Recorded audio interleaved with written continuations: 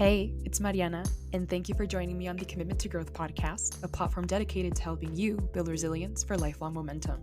We chat about healing, mindset development, and how to live in your authentic truth, because often it's not our problems that cause our dissatisfaction, but everything around them that we haven't yet addressed. Thank you for joining me today, and let's get into this week's conversation.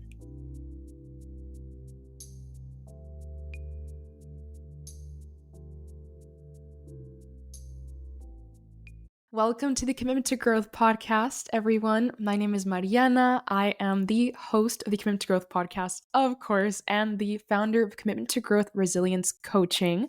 If you're new, welcome. And if you're not new, welcome back. In any case, thank you so much for being here today for the third official round of the podcast's monthly Q&A.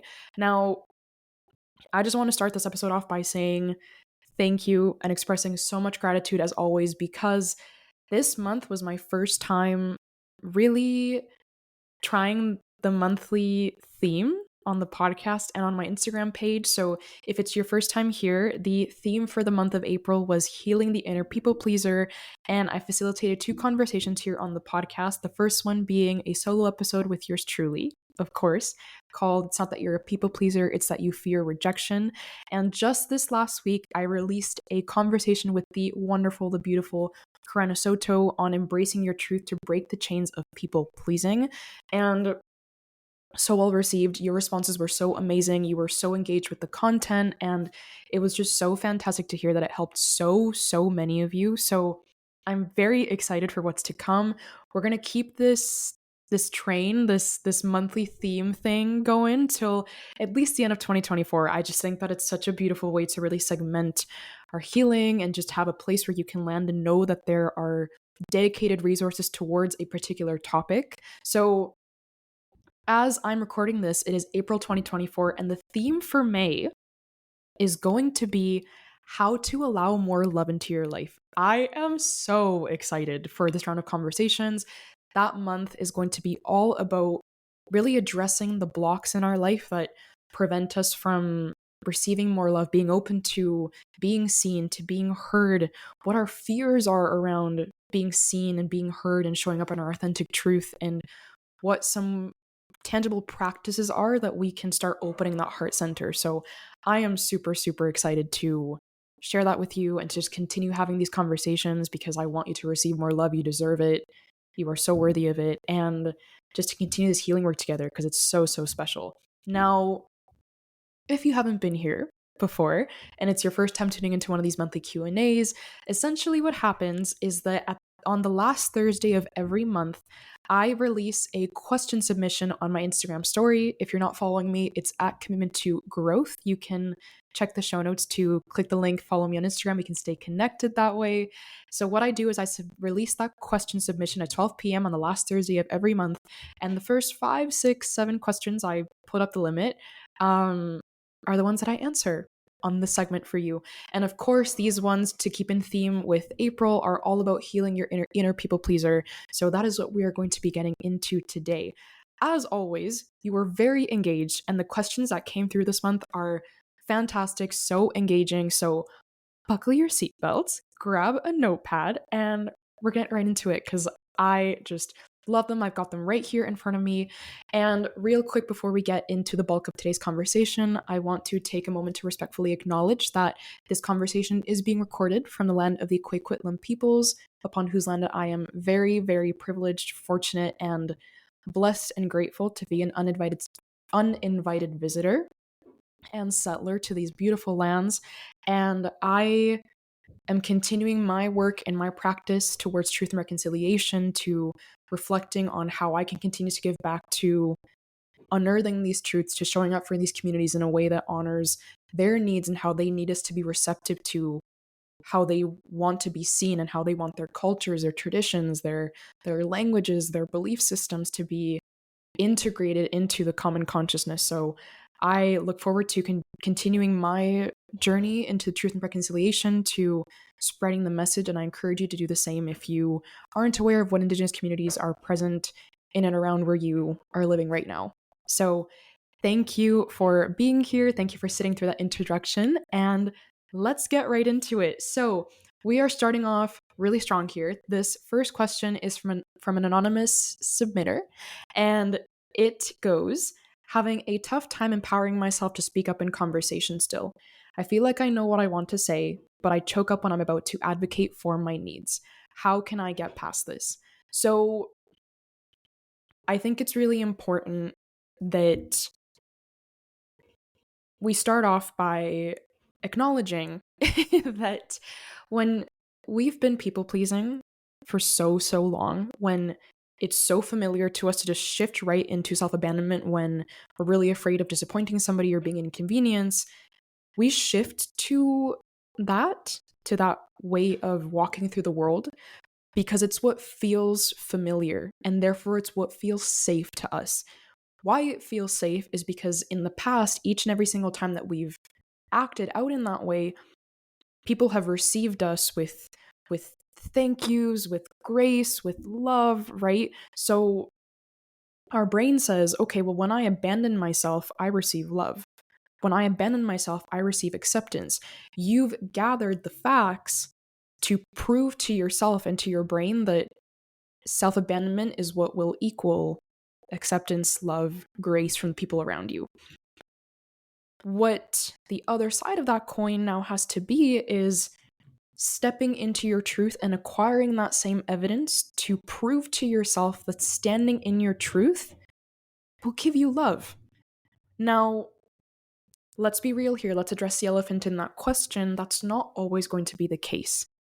And that's really scary. That's what ignites that people-pleasing wound is I know I should stand in my truth right now, but if I do and it's not received, I'm not lovable, I'm not worthy, I don't deserve this person's time, their energy.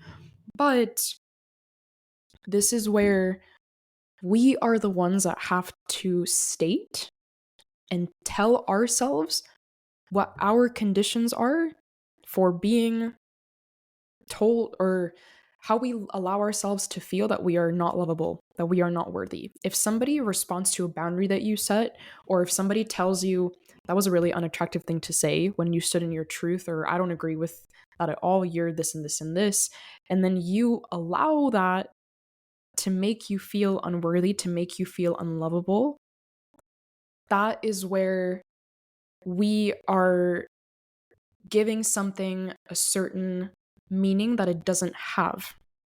We're the ones that get to decide in that moment what our worth is, what our lovability is. So, of course, it doesn't mean that it's not going to hurt. It doesn't mean that it's not going to sting.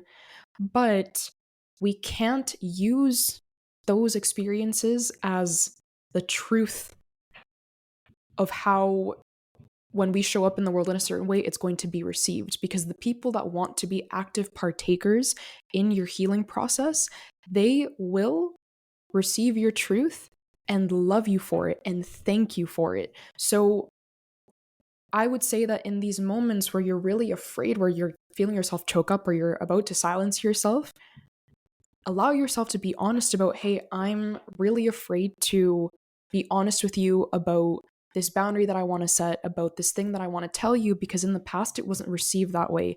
And I'm really afraid that you're going to see me differently, that you're going to love me less, that you're going to reject me. But I want to be honest with you about how I want to be here, how I want to show up in this relationship.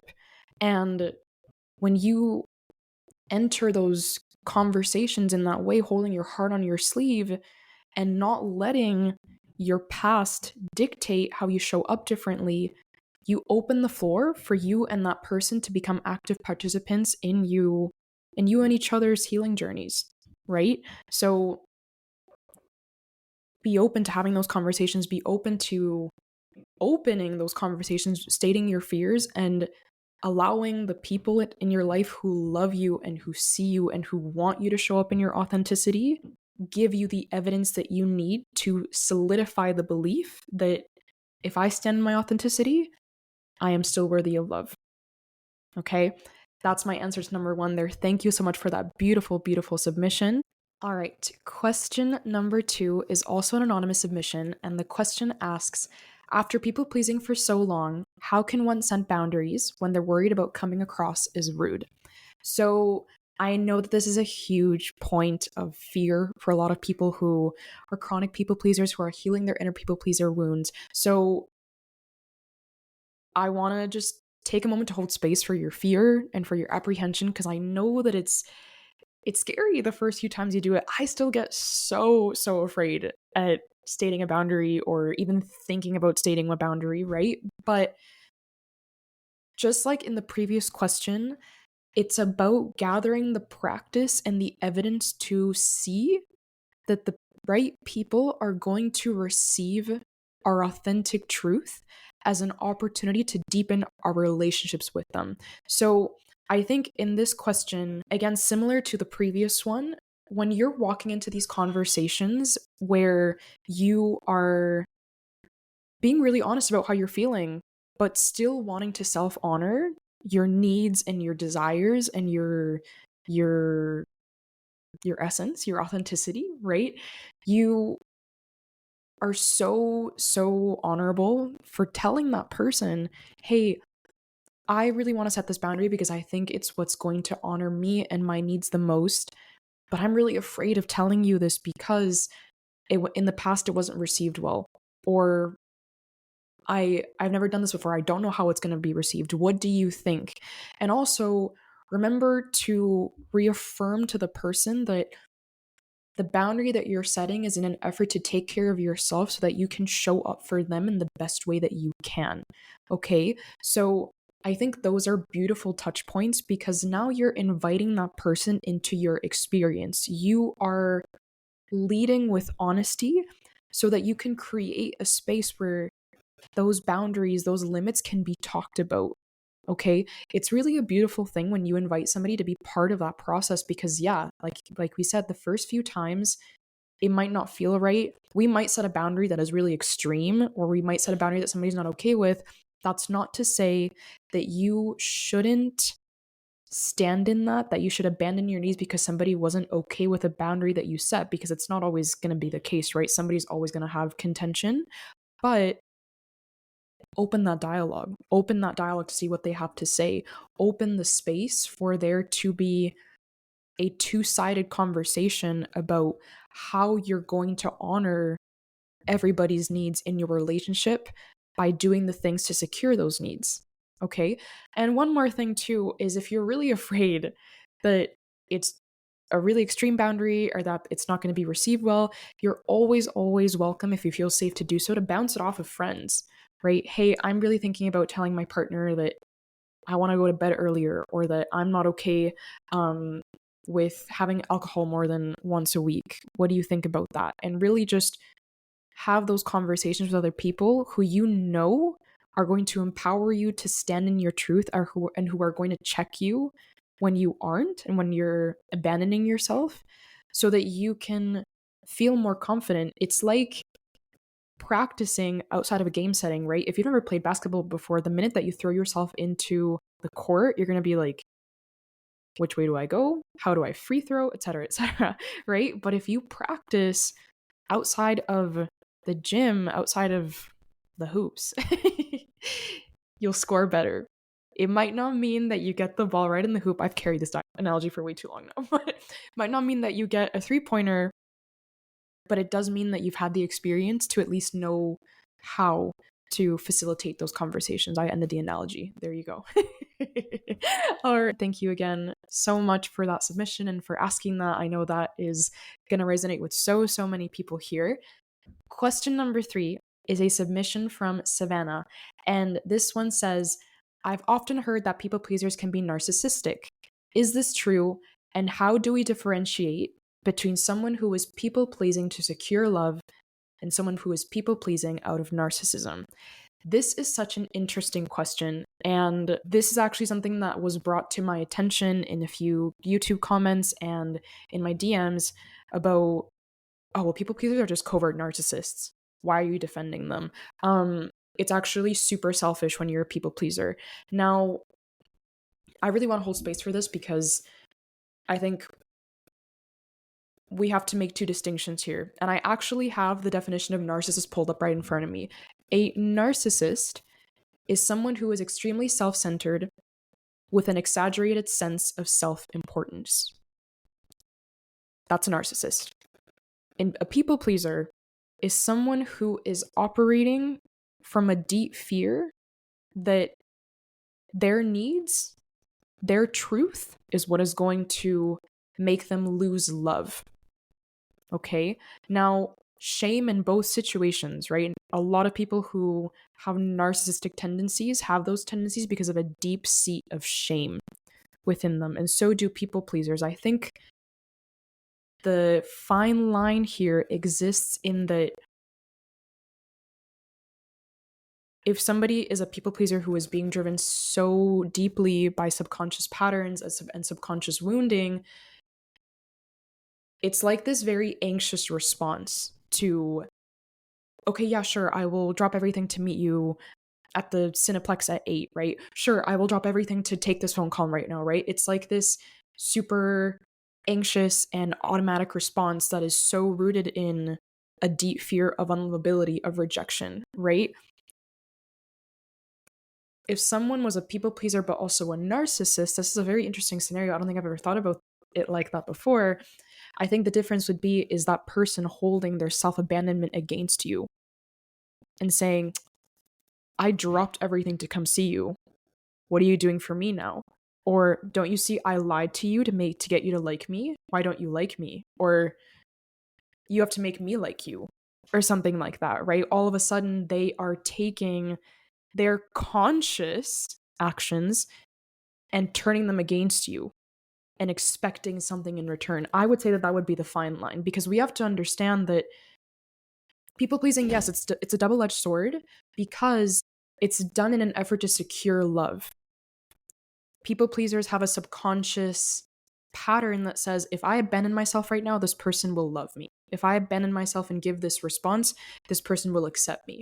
So in some way, yes, we could say that it's selfish, because that person is trying to control the outcome by showing up in a way that is unaligned with their truth.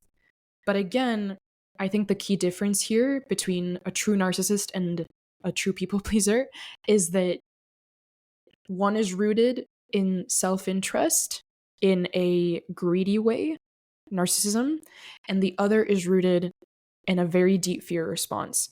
And of course, it's not that it's black or white. It's not that they can't coexist in one situation. That is why we have to have the conversations to become aware of our patterns, to become aware of how us and the people we love really hold space for their truth, so that we can check each other when we're shifting out of alignment, when we see that the people in our life are shifting out of their truth, when we're shifting out of our truth, and affirming each other, holding space for those fears, like I talked about in previous questions. So it's a fantastic question. Thank you for bringing that to light. But of course, also, let's not point the finger, because again, yes, it's the fear that is driving the actions of a people pleaser are there to secure a certain outcome. But I don't think it's fair that we suddenly point the finger and call everybody who's a people pleaser an underlying narcissist or greedy or selfish, right? It's a primal need to be loved, to be seen, to be accepted into our communities. And I think when we see it that way, we can give ourselves and each other so much more grace. So thank you so much for that question, because that was so vulnerable and so important, I think, in this conversation, because I think they are two different things. So thank you so much, Savannah, for that. Our fourth question is also from an anonymous submitter, and it is, how can a content creator who is also a people pleaser practice showing up authentically on social media? Love this question, particularly because this is something that I have struggled with so much in the last month. Now, I want to say one point to this first, and it is from a conversation that I was listening to yesterday on a podcast between Matthew Hussey and Mark Groves. And Mark Groves, who was being interviewed by Matthew, he is the founder of Create the Love. He has his own podcast called the Mark Groves Podcast, just an incredible human being. And Mark Groves just got off of Instagram. Like, he deleted the app on his phone. His team is doing it for him now, like semi-regularly. He has a very successful business. And Matthew was like, what has that experience been for you? And he said something that made me feel so seen and held and validated. And I hope it makes you feel the same way on a more technical level. He spoke about how we give so much weight to an algorithm that we can't keep up with, that dictates the success of the things we make. Because if you weren't creating a video that was on a trend, on a trending topic, with a trending audio, with a trending hashtag, with a trending look to it, all of a sudden your algorithm says discard, it's not making it into the public eye. How many of us can say that we've made a post, a reel, a story, whatever, that we were so proud of? Maybe you poured 3-4 hours into it, you were so happy with it, it was packed with value, and all of a sudden it gets 50, 100, 200 views, and we're like, well, obviously this sucks. Nobody likes my work. I'm a failure. I'm an awful content creator, right? It's so easy to allow your worth to be dictated by something that you have no control over. And it's so easy to get on that rat race of like always chasing virality and always chasing the status that we think dictates our success. But really, that algorithm, we have no way of controlling. We have no way of predicting it. So why are we so obsessed with proving ourselves to this machine that operates on its own terms, or operates according to what people find appealing or trendy nowadays? We're not here to be trendy. We're not here to please everybody. And I think that's a beautiful segue into this question. When you are making content for people to relate to, for people to find value in, for people to see themselves mirrored in, you are the one that has to decide what you want to be seen for. Who are you? Why does your story have resonance with other people? Why are you unique? What legacy do you want to leave behind? And once you set those terms, you have to show up in that. And now it's a very conscious practice, because it's super easy to see all the trending audio and say, okay, I'm going to hop on this trend. There's also nothing wrong with that, right? I think it's healthy to squeeze that in there to have that visibility and to have that fun too, right? But the minute that you start creating for other people to be seen a certain way, to gain some kind of visibility that you've now dictated is what dictates your worth and your success, you are radiating something other than what you want to radiate. You're not radiating authenticity anymore. You're not radiating your truth, your essence anymore.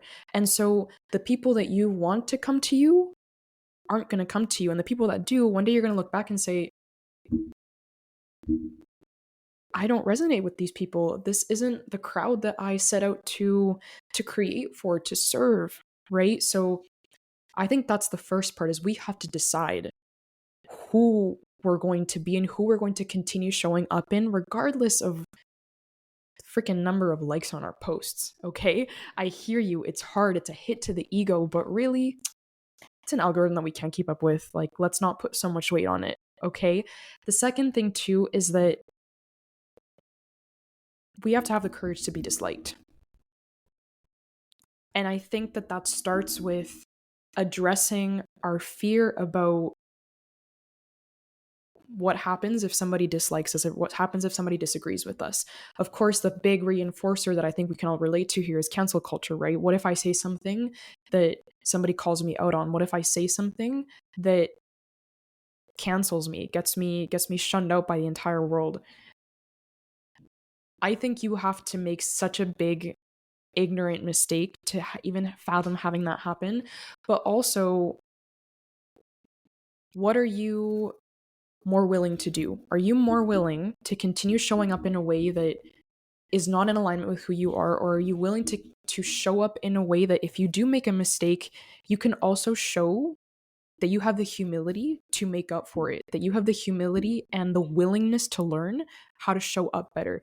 That is what people want to see when they have felt in some way offended, in some way that you said something uneducated, right?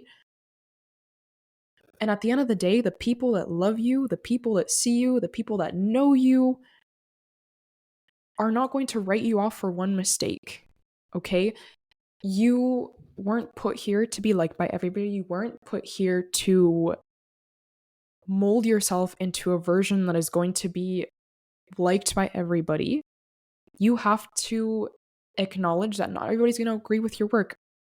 I've had so many comments on my content telling me that I'm just another voice in the world of self-help, and that I contribute nothing to the world, and that my posts are dumb, and that I have no value, right? I'm a fake, I'm not professional. Okay. I can show you my list of testimonials of women who've said the total opposite, right? I can show you the DMs of people who've told me that I shifted something in them, right?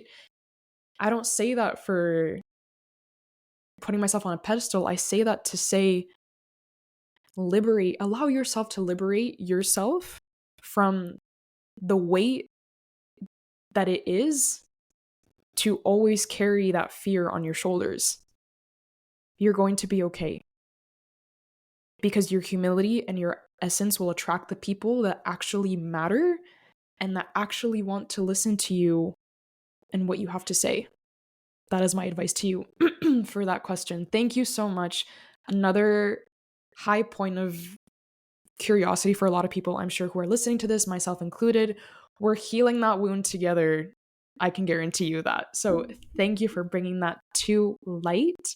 Our fifth and final question for this Q&A is from Sahil, and it goes, in your interview with Karena, you spoke about unattachment as a practice for people pleasers. Can you elaborate more on what that is and why it's important? Thank you so much for listening to my interview with Karena. Again, if you haven't listened to it, it is the episode previous to this one called Karena Soto, Embrace Your Truth to Break the Chains of People Pleasing. I will link it in the show notes so that you can go and have access to it. But Karena brought up this beautiful point, and I believe I went on to elaborate on it and kind of give the definition. So to expand it out here for you, unattachment is not the same as indifference, okay? Unattachment is not tying our worth, our desirability, our lovability to the responses of other people. As you can see, this is a core theme that has transcended this conversation, right? Unattachment simply means that when you stand in your truth and somebody doesn't receive it in the way that you hoped, you don't turn that back on yourself to say, I have to make myself smaller, I have to tone myself down to be loved. It's no, I don't attach myself to your response so that I can continue standing in my essence. I don't attach what I know to be true about who I am and what I desire and what I need to how you did or did not validate what I just said or how I just showed up for you. That is unattachment at its core. It's not the same as indifference. It's not the same as not caring, right? Because you can be unattached to something and still feel the disappointment, the hurt of not being received for how you wished you were received. But again, that is where we have to love ourselves and know how we need to be loved so that we can guide others on how to do that. I think it's so easy to write people off when they didn't receive us a certain way or they didn't respond in a way that we wanted to and say, I'm done with you. I'm never speaking to you again. And of course, there are instances in which maybe somebody insulted us really deeply or somebody completely neglected our needs or somebody wrote us off entirely where we can say, okay, maybe this person is not worth my energy. But I would say that in a lot of situations, with the right courageous conversations, we can arrive at a place where we understand our needs and another person's needs and why we need to be loved a certain way or why we need to be seen, heard, validated a certain way according to how we desire to receive love. Okay, so that's unattachment. Now, why it's important is because the more that we live through our authentic expression, the more we feel safe in our relationships because we are now cultivating a sense of safety, not through self-abandonment, but through showing up in our authentic essence. Your stress levels go down, You will open yourself up to more love, because now your mind and your body are understanding that who you are is enough. Okay? And kind of comes back to the content creation stuff, right? In that we have to be okay with not everybody agreeing with us. We have to be okay with being misunderstood. We have to be okay with not being everybody's cup of tea. And that's okay, because the minute that we develop that capacity, we're no longer seeking to mold ourselves into a version of ourselves that is here to appease everybody, that is here to meet everybody else's needs before we meet our own. There's this beautiful phrase that Glennon Doyle says in her book Untamed, which if you haven't read before, I highly, highly recommend. It's such a powerful, powerful read. She says, are you willing to walk around for the rest of your life knowing that you're not showing up in your entirety, in your authenticity, to appease other people? Or are you willing to take the risk to stand in your essence for long enough to see who resonates with you, who mirrors that back to you? Because the minute that you do, you become a magnet for the people that love you and desire your presence, your energy, your time, your words, your wisdom, because you've dared to show up in your authenticity. It's a beautiful thing, trust me, when you get to a place in which you resonate with people that way, you see people that way, you allow yourself to be received by people that way. It just takes standing in that for long enough to walk through the world differently, to learn to walk into interactions differently, and radiate who we are, our lovability, our worth, and our value for people to see. We are the ones that get to set that standard, nobody else. So that's why that's important and really, really key in healing our inner people pleaser, because at its core root, again, it's a fear of not being loved or not being enough in our authenticity, but you are. I promise that you are. And I say this to my friends all the time when they're like, oh, I'm so sorry. Like, I have not been myself today. I was way too sad. That was so emotional. Why did I even say that? I always say to them, I want you as you are right now. I don't want any other version of you. Because if I really were to say, oh my gosh, yeah, you were really sad. Why did you do that? Why did you show up so sad today? Why are you dumping all your problems on me? It's like me wanting a version other than the one that they're having the courage to stand in. One that's different from the one that they're having the courage to show up as. I don't want any other version of the people that I love. I want who they are. And there are people in your life who desire the same from you. I can promise you that. And if you haven't experienced that, dare to stand in your authenticity for long enough to see who arrives at your front door asking to share the beauty of the energy of your authenticity. Okay? That is all for this month, my friends. Thank you for sticking around, for healing the inner people pleaser. I hoped it helped you on your journey of healing your inner people pleaser. And if you tuned in this month, if you watched any of the episodes, if you watched any of the content, if you purchased my Healing the Inner People Pleaser journal, which by the way is still $7.77 until May 15th, it's 11 very deep, very transformative, very powerful journal prompts into the 3 phases of people pleaser healing called alignment, awareness, oh my gosh, awareness, amplification, and alignment. They slipped my mind for there for a second. A beautiful addition to your inner work. So I highly recommend that you go check it out. I will link it in the show notes for you to get access to, with a video from yours truly explaining the 3 phases and how to get the most out of your practice. But it is such a brave act that you did to show up today and to be willing to confront those fears and those thought patterns and to dedicate your time to this work. So I just want to give you all the kudos. I want to thank you for trusting me to guide you on this journey. I want to thank you for committing to growth with me today. And anytime that you've tuned in to listen, it is such an honor, such a privilege as always to have your trust, have your faith that I can guide you towards a more open, more vulnerable, more courageous version of yourself. So thank you for being here and for trusting me with that. Once again, please, please, please stay connected. If you haven't already, subscribe to the podcast here on YouTube if you're watching, or whatever podcast platform that you are tuning in from. Like this episode, send it to somebody who you think needs to hear it as well to heal their own inner people pleaser. Stay connected on Instagram and TikTok. It's at Commitment to Growth. You can also check the show notes for links to my social medias as well. You can always contact me on my website. It's www.commitmenttogrowth.com. Just head over to the contact form, shoot me a message. I would love to hear from you on what more content you want to see here. If you want to be a guest on the podcast yourself, if you have questions about one-on-one coaching or anything like that. And there's lots of resources there for you to check out. Some free workbooks. I've got a free masterclass for my people who are looking for self-evolution. I'll link it in the show notes as well. And that is everything for this week. Thank you for joining me today, and always such a privilege. I love you so, so much. Have a fantastic rest of your day, and I will see you in the next episode. Love you lots.